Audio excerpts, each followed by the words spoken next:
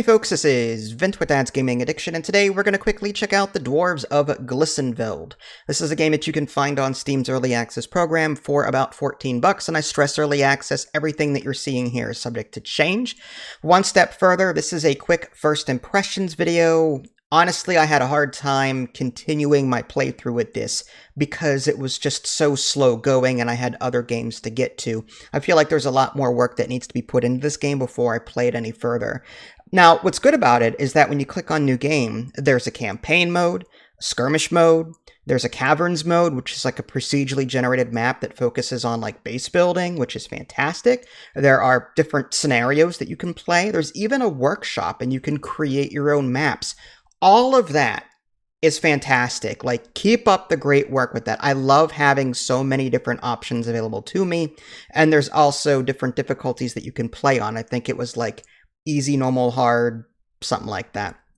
So right off the bat, I was like really impressed with that. But when I actually got into the gameplay, it was really janky. Yes, you can create your clan to some degree. You'll be able to pick a color, for example, of your flag. You can choose the emblem of your flag. You can choose your guild outfit. You can choose your starting like layout. Like, do you start with 3 dwarves, maybe 4 dwarves in this, maybe 1 dwarf? It's kind of like RimWorld in that, where you can set up your starting, well, loadout, I guess. And then you can adjust modifiers, like more schematics will appear for research purposes. You can make more enemies appear, and there's a couple of different options that you can choose between. So again, I was happy with that. But when I got to the actual gameplay, it was boring. And it was a bit janky. I played the first 2 missions of the campaign to get a handle on everything. And I'm like, okay, I can't do this anymore, because I'm like, okay, I know how to move a camera. I know how to select a dwarf and move it. I'm on mission 3, and I'm like, okay, obviously this is how this works, because I've played a game of Dwarves, I've played Hammerting, there's a lot of underground dwarf games that I've played, and this is what this feels like, which is what it should be. You're underground, you're mining out stuff. I still miss a game of Dwarves, to tell you the truth, but anyway, that's a different story. This game feels janky, for lack of a better term. Getting a dwarf to do something and like understanding why something is happening the way it's happening is a little frustrating at times. Like, I couldn't figure out why 2 of my 4 dwarves weren't eating, and then I realized that they had traits and they would only eat mushrooms, and I'm like, well, I have fish that my gatherer is getting, and I've got these, I don't know how to get mushrooms. I still don't. And I'm guessing maybe I have to grow it via the research tree. Like, there's a farming unlock that you get on your research tree, but I still don't know how to get mushrooms. So it's just unfortunate that way.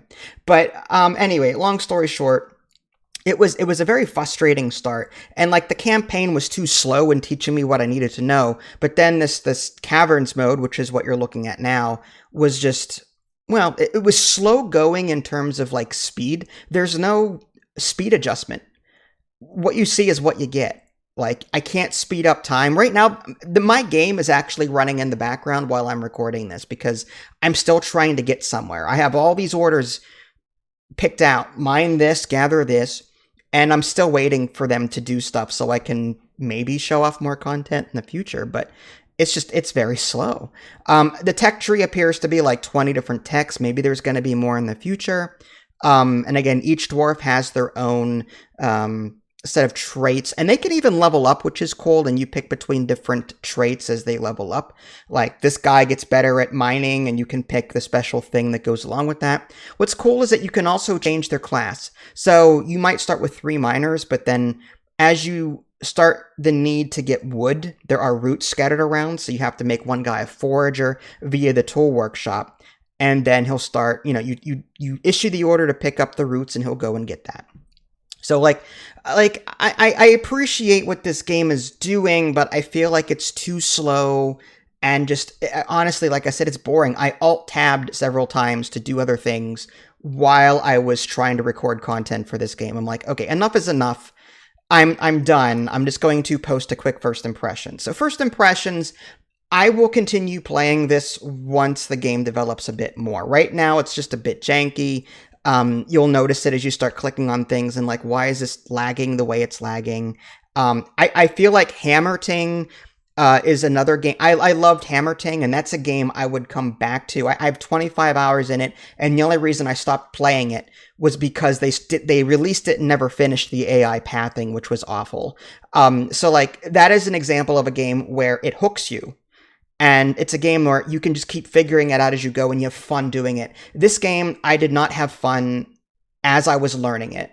And that's a shame. So hopefully the developer can, I don't know, do something here to make the game a bit more fun as you learn it, make the game a bit more intuitive, and allow the user to speed up time. That would be great too. But first impressions, add it to your wish list at least and check it out when it's a bit more developed. This is Vince. Thanks for watching. I'll catch you all next time. Take care.